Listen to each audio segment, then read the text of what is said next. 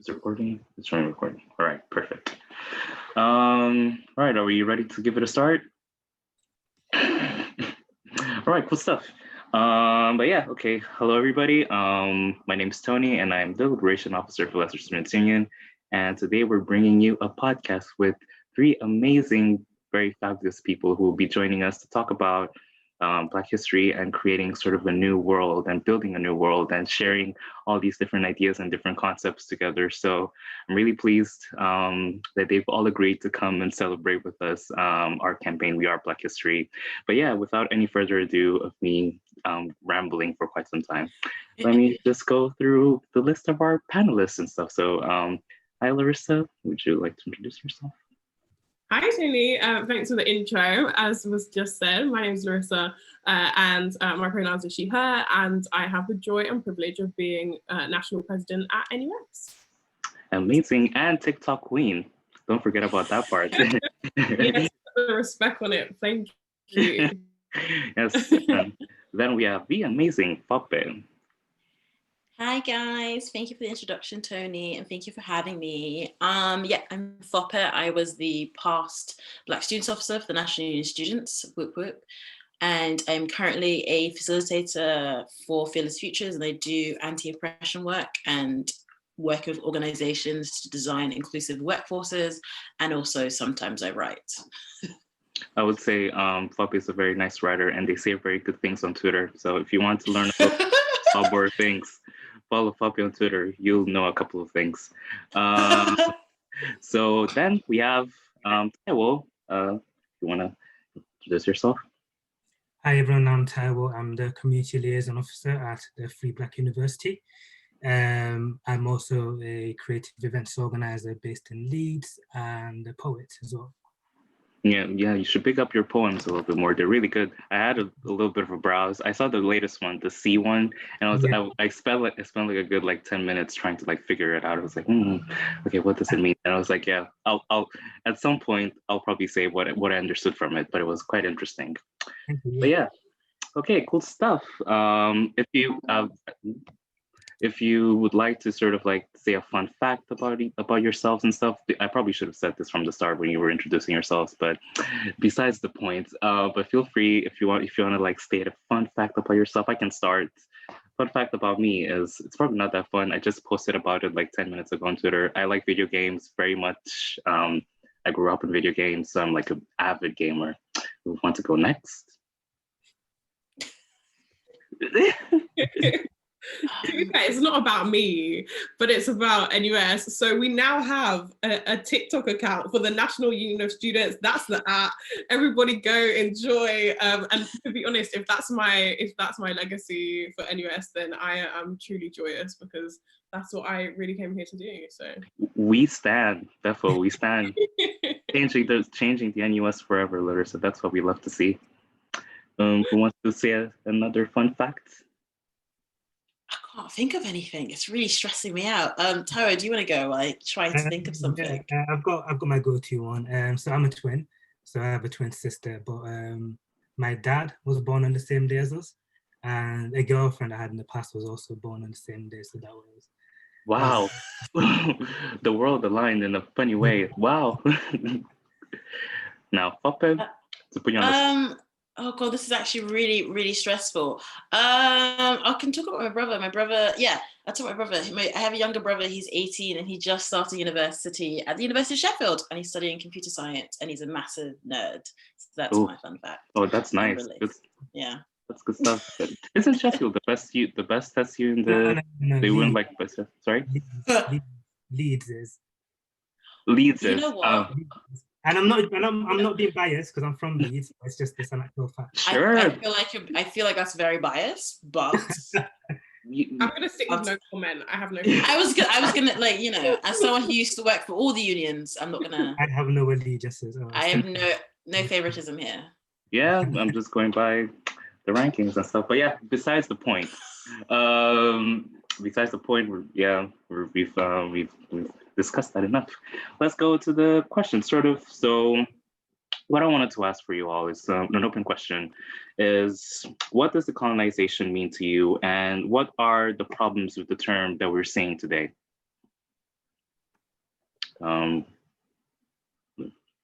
Larissa, do you want to start? Fope? I can start. Yeah, I feel like I've been saying this for so long now. So decolonization, as like, an academic theory, is talking about like the transformation of the world and restituting knowledge from the global south and putting it on an even lens of the Western. So like the idea that knowledge doesn't begin and end here in the small island of the West. But it's also, I think it's recognizing what colonization has done. And so the process of colonization is violent and it's long and it's awful and it's bloody. And so decolonization in itself is an undoing of that, but in itself will always be violent, messy struggle of power. And as such, decolonization is not a metaphor, which leads really nicely to the problems that we're seeing. I think a lot of people, a lot of liberals, neoliberals, see it as like another word for diversity or diversifying something, even though that's not what Fanon wrote about, that's not what lots of writers write about. It's like a very specific things, and it's not just about having more Black and brown faces on the reading list. It is genuinely asking critical questions about knowledge and like challenging and really being inner about who owns knowledge and who gets to own it. And when you look at education, who is it for? And how do we decolonize that? So in like the physical aspect of like, who does this building belong to? As we've seen with like Rose's Fall, which is focuses on a lot of like physical aspects of knowledge, but also I think in the metaphysical aspect of like who can access the space, who is safe in the space and who will thrive in the space. Yeah, there's probably a lot more to say, but that's as a general nutshell what I feel like I've been saying for the last like 2-3 years. Yeah, definitely. It's been definitely a conversation in terms of like trying to understand exactly what you were saying in terms of who has access to the knowledge and how are we teaching and how are we putting things out for people, and is our information as accessible as true? Are we telling the true histories of where we come from or where our knowledge is? So I think it's very important to have this conversation. So I pass the floor on to jump in.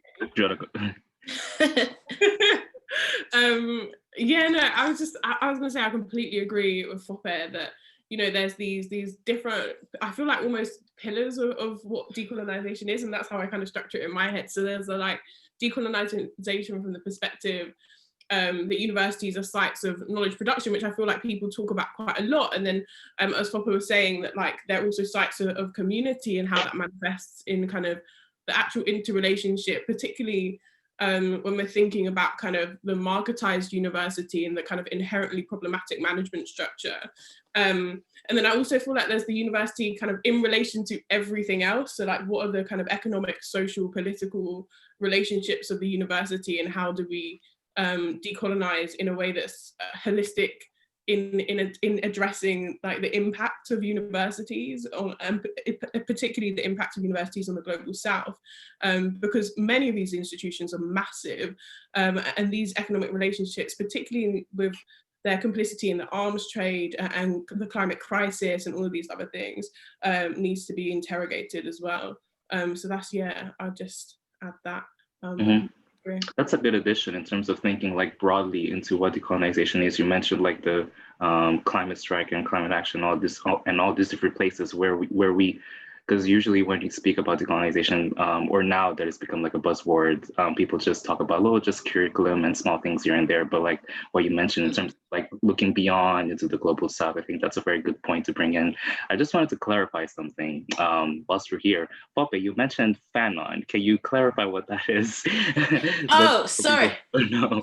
Sorry, yeah, Franz Fanon is a writer, specifically on like post-colonialism, and I think for most people their introduction to it is through him, specifically like Wretched the Earth and some of his other writings, and he specifically talks about how knowledge production and knowledge itself is like, it's framed through colonial logics, and he writes a lot about that. And I studied politics at university, and my last political project, my mini dissertation, was on that, and so I used him a lot to frame the way I see decolonization today. And I always say, if you want a good way to start on it, start with him, because I love some Daddy Fanon.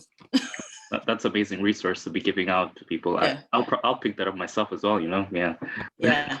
Good stuff. Taiwo, did you want to add 4 points? Just a shameless plug here, you can actually get Fanon on the FPU e-library. Yes. We love that. We love that. But yeah, I mean, I completely agree. Decolonization is something which neoliberal, every time we get something good, neoliberals try to cap for it. And it's just another one of those things that they have tried to co-opt into diversity politics, which just reinvents the wheel. True decolonization is about uprooting the sources that shape this world and the sources of knowledge in particular that shape the current world system, so to call it. I think it's important, as Larissa mentioned, sort of the role of organizations in this, because it is such an intertwined thing and they all push and pull on each other. So as we saw with post-colonial states, the very act of ending coloniality formally is not what causes true decolonization. We have to uproot the whole thing and start again. And one of the major problems that's faced is people always ask, well, what comes next? But I think it's better to start from the starting point that what we have right now is the worst. And it doesn't matter what comes next, we just have to move towards something better, even if we can't envision it right now. So a lot of radical imagination comes into it as well. Yeah, can I say something on that? Yeah, Just to echo what's been said as well, is like really reinforce it's not improving on what's already existing. Like, in order for true decolonization to happen, you have to burn the sites of which the colonization has begun. So you can't like have colonization and then like, okay, we'll add some more Black and brown people, we'll add some women. That you can't. It is to undo, like what you were saying, like coloniality fought to colonization, you have to begin anew. It has to be about transformation. It has to become like a new world. And for a new world to begin, you have to facilitate the end of the current world, which is very scary, which is why people always go like, where do we go from here? And I'm like, that's where imagination comes from.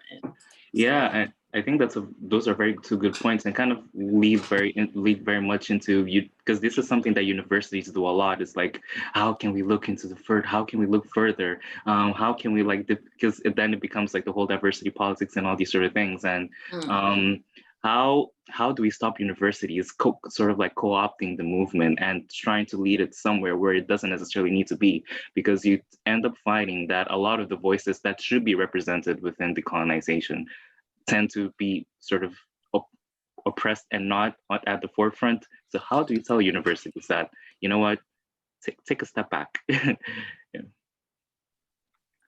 I think in some ways we need to stop looking to universities to be the hub for this work. Like, I see a lot of conversation about like, how do we get the university to do X? How do we get the university to do Y?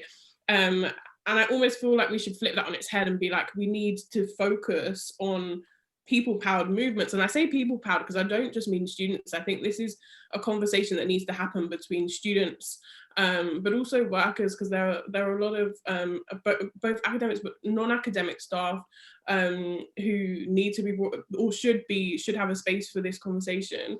And then local communities. Like I feel powerfully that one of the best things about doing decol work locally, when I was a SAB, when I was a sabbatical officer, for people who don't know what a SAB is, I really welcome like having dialogue with a group called Black Conscious Coventry, who were able to look at how colonization was impacting, or neocolonialism was impacting them and the local Black community in Coventry, because Warwick is an incredibly white university that's kind of just sat there and doesn't recognize itself and its impact on the local community, the local Black community specifically, and thinking about, going back to what I was saying about, universities as actors in the wider society. Like, these universities, they take up this space. They don't respect the forms of knowledge production in these local areas. They don't respect like the way that they disrupt local areas and their economies and like the people living there. And that is a form of colonization. That is a form of neocolonialism. And so really bringing in local communities into those conversations and having those conversations in and amongst ourselves, as opposed to being like, can the uni please do this? No, we're creating the movement that means that the uni has no choice but to do this. Yeah, I think that's a very good point that you raised in terms of like working, thinking about the local community and stuff, because I never necessarily thought it that broadly before, in terms of like the impacts that bringing universities within these policies, because again, it just builds up on them just taking over and forgetting to sort of platform and doing the appropriate work in terms of bringing the communities together is kind of like pushing people away. But I think, does anybody want to comment on what Larissa said? I wanted to say, like, even within our conversations around decolonization, we automatically associate it with the university, even though nothing in decolonization implies that it should be around the site of the university. Like, even when we say education, we automatically go to, okay, higher education, rather than like education as like as a thing, like what is education, right? And one thing I've been really reading a lot is like, I'm going to butcher his name, but he's a Kenyan writer, Ngugi Othiyingo. I know I've butchered that, but he wrote Barrel of a Pen, and he's a Kenyan writer, and he says education is a tool of liberation, and that's why it could be used as a tool of suppression and like prevailing the status quo, and that's why those with power often are scared of it. But also, like, it in the tools of the oppressed, it becomes an instrument of power, right? And that doesn't necessarily mean it has to be at the site of the university or the site of the ivory towers. And so when we talk about decolonization, like Larissa was saying, it has to go beyond the four walls of these buildings, which, if our ultimate goal was to tear these buildings down, when we build it again, how far will they reach? And I like to think about, will it include the community? Will it include like the people who have lived there and those stories and those people? And I think that's like a really good way of looking at it, because when you divorce university from like, and I say when university, I mean like the thing of the university or the idea of that or higher education from the idea of decolonization, I think the scope becomes bigger, because I think university and higher education is so limiting, because you have these questions of like, oh, okay, what are you going to do? And so often like, well, we can't do that. So like, like Larissa said, we need to like reframe the conversation. It's not about what the university can do for this, because as far as I'm concerned, it exists in opposition to our end goals. They're never going to be useful. There's never going to be full utility there, because our ultimate goal is to get rid of you, like not get rid of you, but completely transform it. And so a lot of people's jobs and a lot of the way it exists, which, you know, I think the university and a lot of structures in our society, institutions rest on inequality. And in order for us to tackle that, we have to be like, yeah, this can't work. You can't continue getting your power from this. And that will be quite uncomfortable for some people, wouldn't it? Yeah, it definitely is, and definitely is very uncomfortable. It could be very uncomfortable, but I agree with you in terms of like, yeah, we have to decenter this and be, you know what, because we do all these workshops and we go out to all these institutions and we talk about the work, and they find their own way of like bringing it into their own context without looking beyond. But I think this kind of leads to sort of like thinking about like radical thinking and sort of like a different way of viewing education. I think it brings me to like talking a little bit more about the Free Black University that you guys have very, very happily started. I think I was thinking about this. I think it's been like a long time coming sort of situation for Black people all around the world to be able to have something like this available for students. So it's on top of it being free, so and having the resources to actively learn about our own histories. So this is open for Taiwo, but everybody else I think would be very happy to sort of know a little bit more about about Free Black University. So if you can explain a little bit more about what it is and how did it come about and why is it so important? Sure, yeah. Thank you for the glowing sort of recommendation about the Free Black University. But to be honest, I do agree. I think such, an institutional space that centers decolonial knowledge and radical imagination is being, it's been a long time coming. It's much needed, not just for Black people, especially for Black people, but, for the world as a whole. And I'm not saying this to sort of position ourselves as a space intent on replacing the academy. But certainly the goal, one of the founding motives behind it was to distribute wealth from the academy into education, truly education, as opposed to something that passes for it, but serves to re-indoctrinate us into white supremacy and capitalism. the Free Black University itself, I think that launched around early May, and the fundraiser following a few weeks later. And this was during, this was a very intense summer, Black Lives Matter resurgence in sort of that on social media, and the protests in the UK and all over the world, really.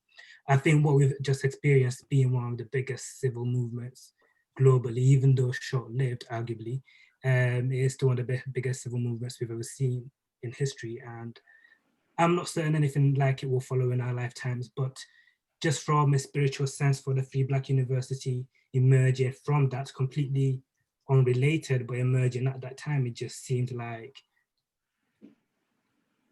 guidance, I suppose. It just seemed right to do. I got involved a little bit later on, around mid-June, because I was doing some exams, but by the time I got involved, there was already quite a strong team of people involved working on various things. And it's very slow and intentional fugitive work. By this I mean we, not just in the knowledge we aim to produce in the long term, but in how we operate as an organization.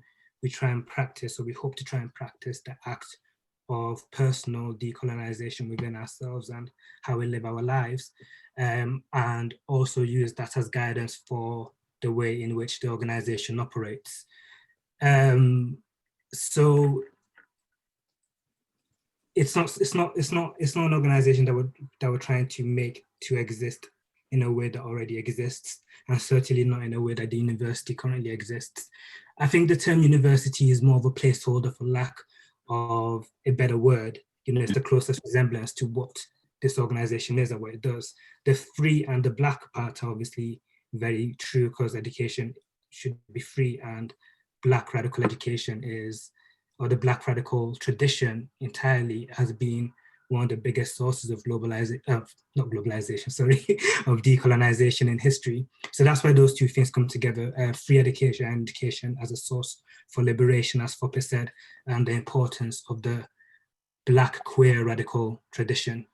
And the joining of those two things together is the Free Black University.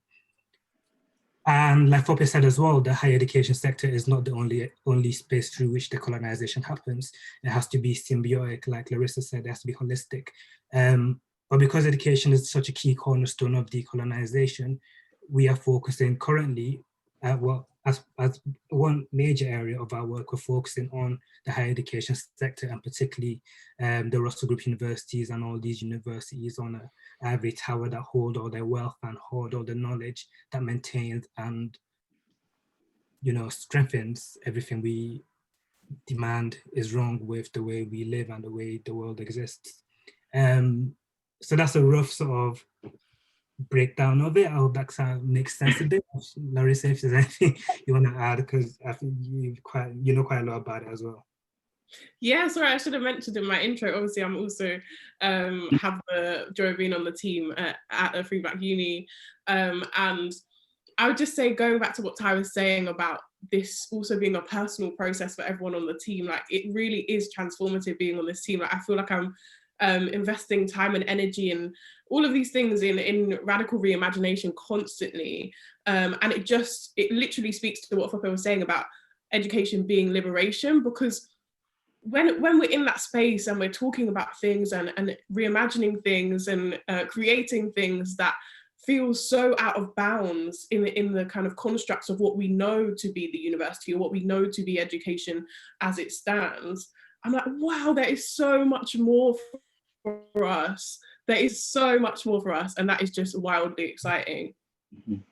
Yeah, that's amazing stuff. Yeah, yeah, I think you guys hit a lot of amazing points, and I was thinking right now in terms of like everything that you were talking in terms of. Also, there's that democratization element of that we've been so striving for education to be liberating and should be free for every single person. And it provides that access for people who probably don't have those resources, that being able to provide those resources and being able to provide the sort of like what Fope was saying and what Larissa said as well, in terms of like bringing sort of like a liberated sort of way of learning and transformative as well. And I feel like it also brings us back the power into what we want to learn and what we want to put out into the world. So I think it's a very, very, very amazing work that you guys are doing. And I think a lot of people are appreciating. I'm just tooting your horns from the silence of like, yes, yes. But it's amazing stuff in terms of like taking out that Eurocentric view that education already has within the world and focusing exactly on what the roots and every single thing is, and coming and bringing that back to the world, telling the stories like how they are meant to be told. Yeah, precisely. I think that's the perfect way to put it. And particularly critical and challenging that sort of Eurocentric education is doing the reimagining work, but also harking back to forms and systems of knowledge that predate the colonial existence, and seeing what we can learn from there. And what we also want to try and avoid is, doing this work and holding it within our own circle of the people involved. So we're working on what the intention is, to make sure that it is definitely a community-centered and community-based organization that interacts with various grassroots organizations and people who are working at that sort of personal level. And which is precisely why I think one of the questions in the notes was about students getting involved and support the Free Black University. And I mean, if there's any interest or desire from students to critically understand, or just generally think critically, not in the way the university tells you to, but in a way that you're meant to, then I think that is where the motivation should be. I saw a meme which said, universities think critically, also universities, but not about us. Love that meme. Can I add something before we move on to Free Black Uni? One thing that I really liked in what Ty was saying, and the Free Black Uni ethos, is the emphasis on the slowness and the idea of sustainability and long lasting, because that's something I talk about in decolonization a lot. And I think it's really funny because a lot of the work, or the liberation work, and I do that in somewhat semi-quotations, in university, it's always very short-lived, or it's like, get it, like churn it out as fast as we can, because for two reasons. One, because I think as a student, you only have 3 years and you're doing this alongside a very demanding degree. So it's like, let me do as much as I can in a short amount of time and that'll be done. But I think the problem with that is that, after 3 years, you're gone. And then a new crop of students come in and be like, well, this is an issue. We're not going to hark back to what's already been done. Let's start doing the same things over and again. You have a cycle of this very short-lived, very weak campaigns trying to tackle incredible beasts and not going anywhere. And then in the same length, I think universities know that. And that's why a lot of the time it's like, oh, well, I don't think we can do that now, maybe next year. Oh, no, I don't think we can do that. Let's do it next year. And by the time in your final year and you're sloughing through your dissertation, you can't be bothered anymore. And they know that. And so they'll be like, next year, and then the same cycle of baby freshers trying to do the same thing. Right. So that emphasis of slowness is really important. And it's something I talk about my work with Fearless Futures. We talk about like EDI work. Like we say we don't really like the idea of EDI work, equality, diversity, inclusion, because those words are meaningless. So we emphasize anti-oppression work. And also one of the questions we're like, what is the cost? And the answer, like the big reveal is like, the big cost here is time. And you can't, it's not going to be a year's campaign. It's not going to be a 2-year campaign. It's going to be long-lasting, sustainable work that should outlive all of us. And that's the point of it.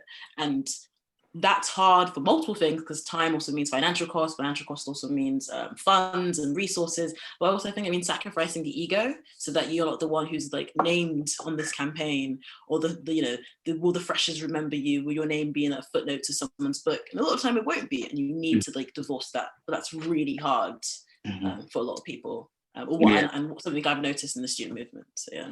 Yeah, you mentioned something in terms of like the longevity of the movement and sort of like us separating our egos and stuff like that. And I truly believe that I don't think a movement is led by just one person. It's a whole community. It's a whole group of people together. And like, you were bang on in terms of thinking about it being grassroots. It takes time. It's not going to be on one day sort of thing. And yeah, I fully agree with what you said. It's about coordination. It's about yeah. It's not led by anyone person or group, but just everyone has to do what they can so they can be ready for when that moment, which will inevitably happens. It's just about spending our lives preparing for that, and if it doesn't happen in our lifetime, at least we've done something that can be continued to the next generation. Exactly, yeah. And I think it's really important as well. Another thing that I love about Free Black Uni, honestly, big up Free Black Uni, your biggest stat, is like, we are equipping young students to do this work themselves. And I think that's where that's where the disconnect has been for so long, because they don't know where to go, they don't know where to begin. And I'm very lucky and privileged in the same sense that I know where to go, because I studied, this was my degree, so I know where to find the books, I know where the references are and all that sort of stuff. But if you have absolutely no idea, how do you access these things? And it's really hard. And so I think equipping young people with the critical lenses and tools to do a lot of this work themselves, and then share those tools with the other people, and that's where I think a lot of the real work is. And that's really important. And a lot of what it makes the university has structures that makes it so hard to do that. Firewalls to get the books, you have to pay to go to the society, you have to if you want to go to this talk, it's going to be a time that if you're a carer or a young parent, you can't go. So there's so many barriers after barriers that is stopping us from trying to share the knowledge, because the university doesn't want to share the knowledge, it wants to keep it all to itself. That's what's so powerful, I think, because the Free Black University is so free and open and transparent and all of those things, it also gives us license to actually transform who we see as a student. And it's not just the people who are signed up to X university to do that, it's literally everyone seeking knowledge. And because it is so accessible, that is the only criteria for being part of that community. It's not like this massive commitment to 3 years of your life that's so unsustainable for so many people. It's just, if you're seeking knowledge, here it is, it's for you. Don't feel like you have to subscribe to this construct of what a student is, or who a student is, or who education is for, because we've literally flipped all of that on its head, and it's I think going to be so powerful. Yeah, I definitely see the power. You guys are doing the Lord's work. I'm very much enjoying it. Amen. Yes, very much so. I think everything that you guys said, I kind of lead you off up. I know you mentioned equipping students with the resources and stuff, and it kind of brings you back to what we were talking about, decolonization and getting students involved with the work. And I know that the NUS have been sort of at the forefront, the Black Students Campaign and Trans Students Campaigns, and many different campaigns, and the previous president and Larissa as well, amazing. So I wanted to know from you guys how, if you could talk a little bit more about the decolonization campaign and the resources available, and how can students get involved and get access to these resources as well? Yeah, I mean, as you mentioned, I have the joy of building on a massive legacy of BSOs, Black Students Officers, and the Black Students Campaign that has done loads and loads and loads of work that has prepared us for this point. And we're at the point where, as you say, we've launched the Decolonized Campaign, and we're setting up a national decolonized network. Which is really going to be giving people the space, the time, the resources, the tools that they need to be doing this work at the local level. Literally, we're going back to what Fope was saying about, giving people what they need to do this themselves, and that being a ripple effect of people taking this up and feeling like they can too own the movement. Which I think is important. At the moment, our kind of soft launch has been around Black History Month, and we've kind of been providing talks around, and we've got a podcast also coming out, and a panel coming up as well later this month, all around making the conversation around decolonization accessible to people. What does that is, how legacies of the past to build this movement in the present and continue to build, really talking about everything from making sure that this movement remains internationalist in its perspective, making sure that we're conscious of where so much of this is rooted in, and really paying homage to the students at the University of Cape Town and those student organisers and the Rose Must Fall movement, and how all of that has developed to bring us to where we are today. And yeah, so we're really doing the conversation starting right now, because as we're saying, like there's always a fresh batch of students, right? So we've got to do that kind of foundational work first. Mm-hmm. But what we've got coming up around the kind of national decolonized network is going to be those tools and resources that people need. So we're still asking people, come to us, tell us what you need. I think we call the group critical friends. I don't know what we're calling it, but basically we're asking people, whether you're a student, if you're in an SU, like whatever you're doing, if you're in a grassroots organization, like please come to us, tell us, like what do we need? What does the movement need? How do we create that for you? How do we use the tools that NUS has to produce something that's of use and of utility to this movement? And it kind of draws me back to kind of the words of, when I believe it's Fred Merton talks about like the idea of theft and negotiating with the institution and being like, and when we talk about like being in but not of the institution, I feel similarly, if I can say this, like with NUS, like you're using the tools and the things at your disposal to be of use to the movement, right? Like I don't know if that aligns with what people think, but yeah, no, I want to be able to use the institution. It's a 98-year-old institution. I want to be able to use that institution to deliver what the movement needs in terms of decolonization in this moment, so that we can continue to build in a way that's sustainable and in a way that means that, as we were saying, like this outlasts us. So yeah, I'm really, really excited. And at the moment, yes, we've got those panels, those podcasts, but we've got way more on the way. Can I just like echo what Larissa just said? Because obviously I'm not part of the NUS anymore. Whoop whoop. But it was something that I said a lot of the time when I was there, like this is a tool, right? And you can sharpen the tool will get blunt. And to see the work that's been done at the moment, it's amazing. And when I talk to like, former BSOs, and to see essentially what was like conversations in a room with like 6 of us from like 5 years ago become a sweeping national campaign. It's beautiful. It's legacy work. It is long-lasting work. But like to see the arc of it, I think is fantastic. And it does speak to what we were saying at the beginning of like, obviously, when anything gains some momentum, it means it will be co-opted by like mainstream liberals. But also like every time I meet a new student, especially young students who have this thirst for the knowledge, like specifically like decolonized knowledge, it's like, 5 years ago, if anyone remembers like BSc and this tiny little conference rooms, like we wouldn't have imagined it. It was a fringe matter. It wasn't anything that was like the main things. And now for it to be main campaigns, year-long campaigns, it's fantastic and beautiful to see. So that's just me being like, I'm so proud of Larissa and all like the NUS babies at the moment. And I also want to say, because when you mentioned Fred Merton, it reminds me of like, I think it cannot be overstated how important education is. Because, the Black Panthers, they had their own education program. And it was like, you cannot join us until you have completed this education program. Because they saw it as like, not just a tool, but like a weapon. And I think in the same way as, we are going into a battle, we are already in the battle, whatever you. And as Ty was saying, this is one of like, I think, one of the significant like years of political unrest of our times. And even, I think while we've seen it, quieter down here, there are still pockets of protests still happening every day in the US. We're seeing what's happening in Nigeria. We're seeing what's happening across the world. And so like there is a gaining like awakening of like consciousness, which is what all the theorists talk about. Like this is a moment, and we are seeing it. And so it's beautiful to watch. Yeah, and just go for it. As someone who was like more of a bystander during sort of the trajectory of NUS over the past few years, not really getting involved, but going to a few conferences here and that. I've seen, and probably can attest to this, we've seen the sort of like the co-opting attempts from liberals.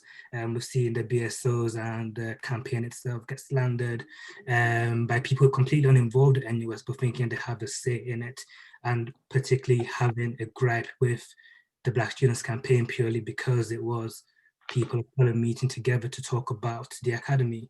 And it's this idea of radical education and marrying that with Black liberation, with queer radical Black liberation. It's such a scary thing to the academy and to the idea of states as well, that they do so much work to try and discredit it and put it down. So the experiences that BSOs have had over the past 6-7 years, ever since I started university at least, have been, paving this path, and they've all gone through so many threatening and difficult things that it takes the words out of my mouth, literally, because I would never believe that such momentum could be gained and we'd get even this far.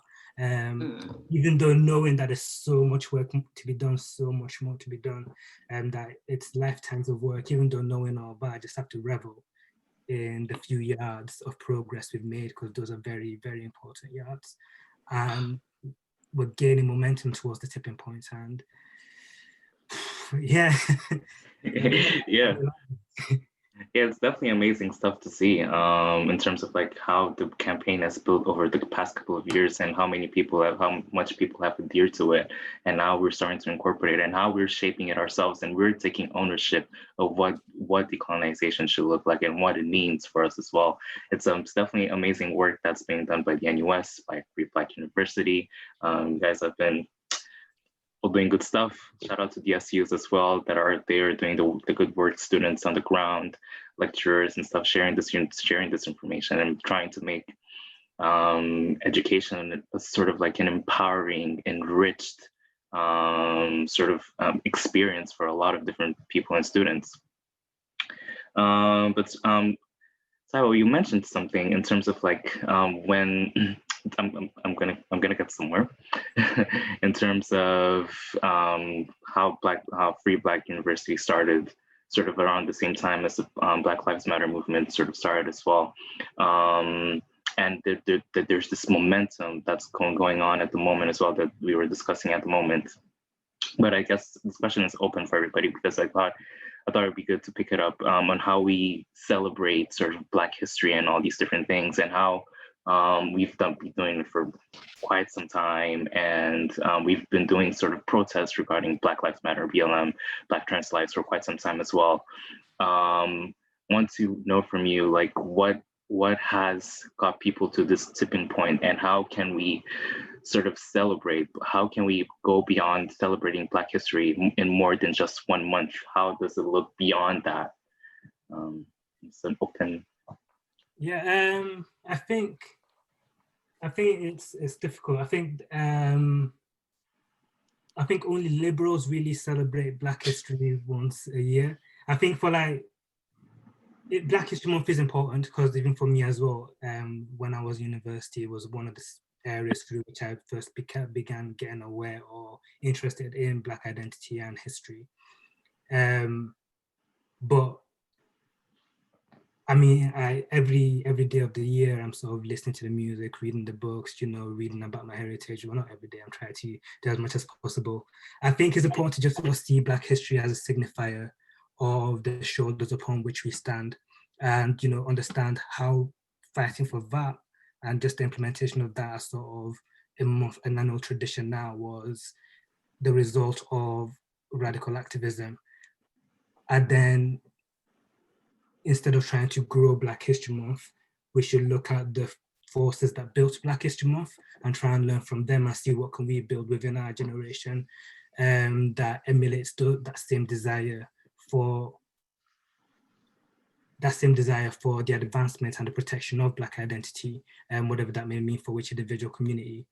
And I don't think it's certainly not anything wrong for us to hold events during Black History Month that center on Black people and Black lives.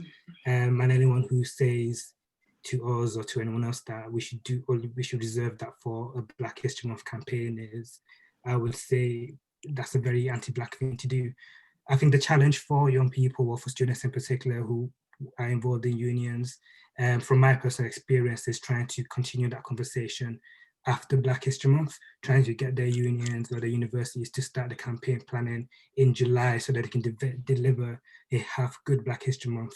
And, putting the resources behind it, because it is so important for so many students. And if it is done properly, the first month of university, you just get hit with a lot of information, a lot of knowledge about Black identity, Black history, and education and decolonization. That I think it's situated perfectly in the calendar to introduce students to that work. but continuing it after October is always the challenge. So yeah, I don't think there's anything wrong with Black History Month, but we have to just make sure that we don't let the powers that be reserve our restrictive activism to just a month. It's amazing stuff. Definitely agree. Yeah, I was just going to agree, because specifically in the point about like when they start planning for Black History Month, like for me as someone who's been a part-time officer and also was an NUS officer and also like works freelance occasionally now, it's not my favorite time of the year, which is really frustrating because it should be celebration. But I think for a lot of people, and probably other people in this call, it's an exhausting time of the month, man. And it's really frustrating because my email is like the week before October. It's like every year, you know when it is. Without fail, 2 days before October, I'm still getting emails like, "Hi, do you want to help us plan our campaign? Do you want to do this?" And I'm like, how are you always surprised? And why is it like, and like most people, I think Black History Month should be a celebration. It should be about joy. It should be like about sitting in the joy of Blackness. But far too often, it is just reliving very traumatic history, like collective trauma. It is teaching white people about the very surface levels of Blackness, or not even like Blackness, just like liberal Blackness. And it is co-opting like American hypervisibility of like their Blackness, and there's nothing to do with us.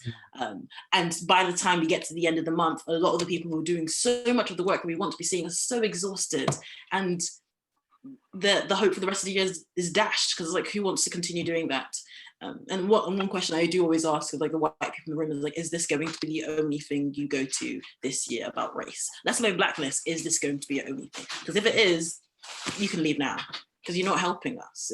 It's exhausting for everyone involved, and it shouldn't have to be. And the last thing I would say on Black History Month is that the ultimate goal of where we are going, be it for like decolonization or looking for justice, is like to live in a world where Black History Month does not exist, because Black History Month is meant to be a stopgap, right? It's a form of equitable solutions to a world that is deeply inequitable.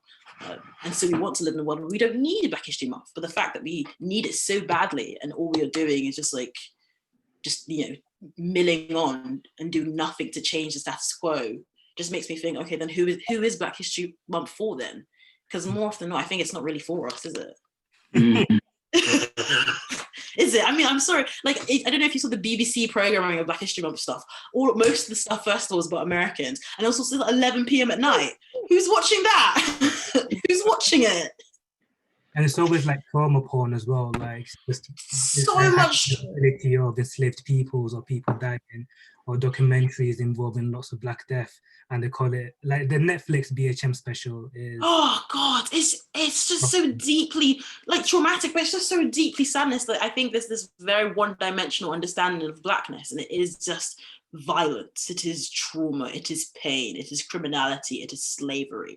And it's like, what does that do to us as a people? And what does that do to our sense of self? But also, what does that do for everyone else's understanding of Blackness? It is, oh yes, Blackness, pain. And that's the immediate association there. And like, you know, for the young kids who are constantly talking about, like, what does that do for their sense of self, their sense of identity? And that's something I think we should be like revisiting. So I really, yeah. I think it's an acute representation of what you're talking about how education can be a tool for fighting oppression, but also a tool for oppressing people, how now organizations, particularly media organizations, are using Black History Month to further entrench anti-Blackness, whereas workers use Black History Month to teach joy and spirituality and a radical imagination of Black existence in a new world order. That's what we want to do with Black History Month, but we can't, and they actively stop us from doing that through bureaucracy. It's like, how many more slavery films how many more can we sit through? How many more? I'm done. I'm actually done. Every year, it's the same. Think about colonization. Think about even not just of education, but in general, think about how much we've lost. Think about how much there is left to recover, to rediscover. Think about how much there is. And they can't be bothered to go beyond the 1-2 stories that they've heard about of Black pain, to go and find, to excavate, to actually explore, to bring us something new, to bring us the beginning of what we deserve. They can't be bothered because they don't actually It's care lazy. about stories. Yeah, exactly. It's lazy. They don't care. There's a quote that I think I've used quite a lot of times, and I heard it on a panel many years ago, but it's like, if the entirety of like the Black condition or the Black experience was condensed into one book, slavery wouldn't be a chapter, it would be like a footnote. Because there is so much rich history, like across the diaspora, across continents, across decades. Like, even where we talk about like decolonization, what is like pre-colonization, indigenous communities. I do a lot of work on decolonizing gender, and the ways which we concepted like femininity, masculinity, so deeply interesting. But we're still at this point where we can't even like get past who we were as slaves, and that's just. It's exhausting and it's lazy and it's all the things we've said. Yeah. Yeah, I think you hit the nail on the head. Y'all hit the nail on the head in terms of why is my brain going somewhere else where it shouldn't go? In terms of who Black History Month is really for, and that's, I guess, the basis of why I was asking this question, because in a lot of situations you find that you may put up a flyer with a couple of events and all these sort of things, but when you look into like these different organizations and these different institutions, what are they doing for their Black staff and students? What are the resources available? What are your recruitment policies? All these small things that I think are work that should be going along with celebrating Black history, that all organizations and institutions do, that most of the times you don't necessarily see. So again, it's like I think us talking about this and kind of bringing back into understanding, like, okay, us talking about slavery, us talking about our trauma every single time, it's not doing us any benefit. It's good to come in back and think about how we want this sort of movement to be continued, and it might not be in our lifetimes. Into what we were talking, that it's a continuous thing. It made things that happened in the past, thinking about it, all the different activists that we look up to and aspire to, and all these different things, and looking into the future of how it's meant to go forwards. Yeah. Okay. Cool stuff. Cool. But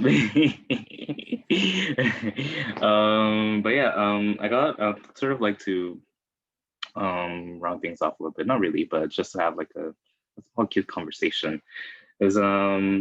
Is there any advice that you would give towards students who are studying, towards Black students, particularly who are going to start university now? I think as Black people, I think we thrive in like community and like being around each other. And with COVID and all these different things happening, what advice would you be able to give to students, Black students coming into university starting? Larissa, do you want to go? I can go. Yeah, I think for Black students starting university, obviously we're, as we've mentioned, we're coming into an autumn that kind of rolls from a summer that experienced so much Black pain. And so I think the first thing I would say is center collective care in everything that you're doing. Find your community, find your people, and really center that, because especially, we're in and amongst a global pandemic, and so much is like up in the air, and I don't know, I just feel like the most important thing I could say to Black students right now is find your community, find your people, and don't be afraid to carve that out for yourself, because I don't know, I felt that for me, being Black in an overwhelmingly white space, in the first couple of months of university was incredibly isolating. And before I could even get into the space of doing the work, it was about finding people who understood that lived experience, because being Black in these institutions is hard, it's rough sometimes. And so, yeah, I think that would be a start of a 10 from me, but I'm sure there's wise words to come from Fope and Tai, so. Tai, do you want to go, or should I? Yeah, go ahead. I still have to think of the wise words. Okay, that's what I was. Okay, to echo Madam President, there. You know, and I think it's really interesting because like, whenever I do these type of things and we have to do the final words, it is always find your community. It is like, and I really do emphasize that because I remember being in Newcastle where I studied and I was president of the Bay Network there, and we always ended every session was like find your tribe, which, you know, is echoing the same sentiment. Find people who know what you were saying without like the long-winded explanation, who understand the weight on your shoulders. And on that, I would say is like rest, like genuinely rest. Like it is, there is a physical and mental toll to living at a site of inequity, which is like a Fearless Futures term, and like, you know, being under the constant threat of racism and racial harassment and violence, be it through like, you know, verbal or physical or what have you. It is like there's a toll, and so your bodies are like constantly under fire. And you are doing so much, and if you do not let yourself rest, this is how you burn out. And that's what they want, like, you know, not they want, but that's how the capitalism, the wheel keeps turning, because eventually like it won't get tired, but we will. And so you need to rest, and you need to spread the work, you need to share the work, you need to find joy in the work, keep finding that's like, I think, free. Find your community, rest, and if you don't have any joy left, take some time out until you find the joy again, because this will be thankless and long and awful work if you can't find the joy in what you're trying to build or what you're trying to imagine. I completely agree. I don't know if I have anything else to add to, but I think it's great advice. You're finding your community, centering your own well-being. I think there's very little more to do than that, and sort of thinking about what makes you comfortable, what puts you in a comfortable and safe position. How do you ensure that you feel at home and safe in the space you're in, and work towards making that a reality. It's just also, it's very challenging given like a lot of halls being locked down now and coronavirus being rampant on campuses. I can only imagine what like what Black students, income Black students are going through now. My younger sister has just started first year. And luckily she's in a private accommodation, but if she'd been in halls, it would have been, even now I guess, to just being private accommodation, I could imagine just how much of a different first year experience she'll be having to meet. So yeah, find your tribe and really hold close to people who make you feel comfortable and safe. And it's difficult. It's such a difficult position. I can only empathize. I can't say what advice would be best because I don't know how I would act in the situation. So yeah, as Fope and Larissa said, really. Yeah, I think yeah, it's a very weird situation. We've never been in this sort of thing in our lifetimes. So I guess it's going to be a situation of like living and learning, but at the same time, I think what you guys said in terms of like finding your tribe and finding people who we're able to like share our stories with and not be draining, as Fope said. So I think that's a very important thing, very important advice that you all gave. So thank you so much for that. Sort of for real, sort of wrapping up. It's just a small question, just to like, because we were talking about heavy, interesting things, but it's always good to like let them like chill a little bit more or something. So I wanted to know from you all, what are you guys looking forward to? What are you guys looking forward to doing, like in Black History Month? It could be tonight, could be looking forward in the weekend. What are you looking forward to in general, if there's something in particular that you want to share? I'm gonna so cute. That's so cute. Can I pick someone, or are you? I'm gonna open the floor. Do you want to go, Larissa? I can go. Okay. I'm really looking forward to obviously all of the events this month. As I say, I have no favorites, but cheeky plug, I guess. You know, we've got this panel coming up on the 28th talking about decolonization and how we do this in practice. And I'm just so excited to hear from people in the movement, people who've been in the movement, people who are excited about the movement, to help propel us. And I think we purposely put it near the end of the month to propel us into the work as we go forward, because obviously, as we're saying, it doesn't end in October. So I'm excited to just hold space for this conversation and to continue to hold space for these conversations.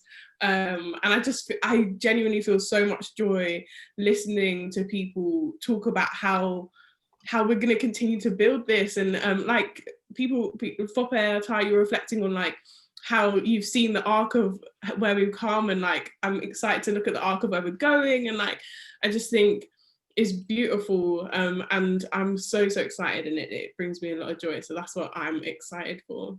It's amazing stuff. Let's go next. I can go. Yeah.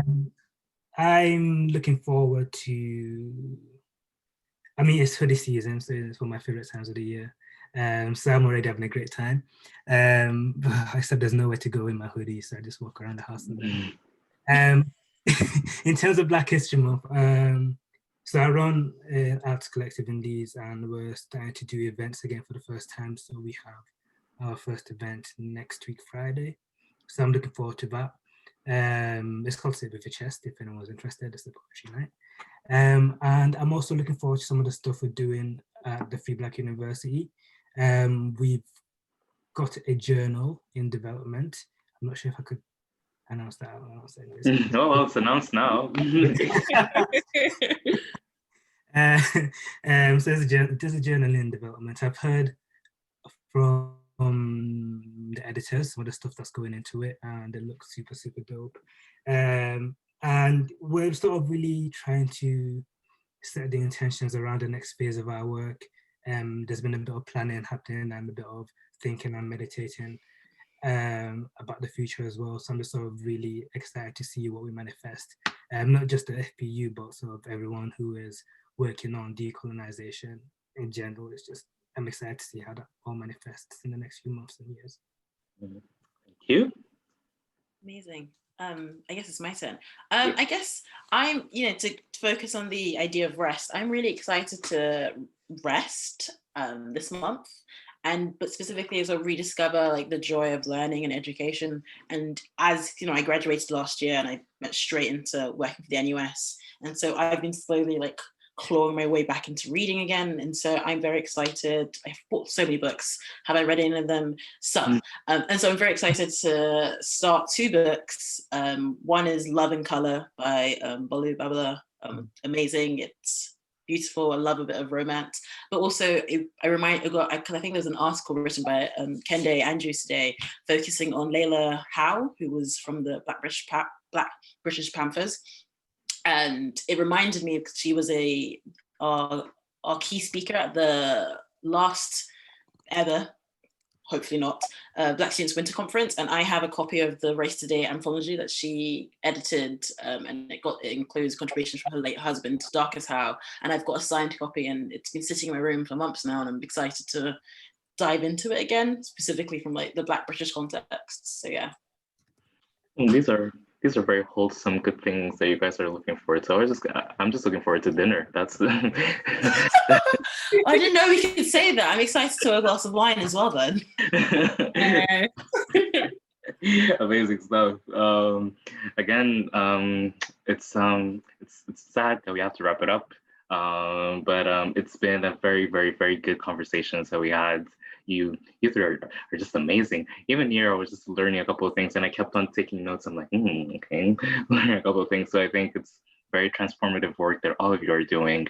And again, thank you so much for all the contributions. I'm just cheering. I'm just saying, cheering all of you up. It's just like that whole Black collective sort of thing. I'm just like, oh, in my hearts and hearts. It's amazing. So yeah, again, thank you all for joining. Thank you for joining us, and thank you for doing this, taking some time on your Friday evening. And yeah, let's say our goodbyes, and I guess we're done. Thanks for having us. Thank you. Thank you for having us. Bye-bye. Bye.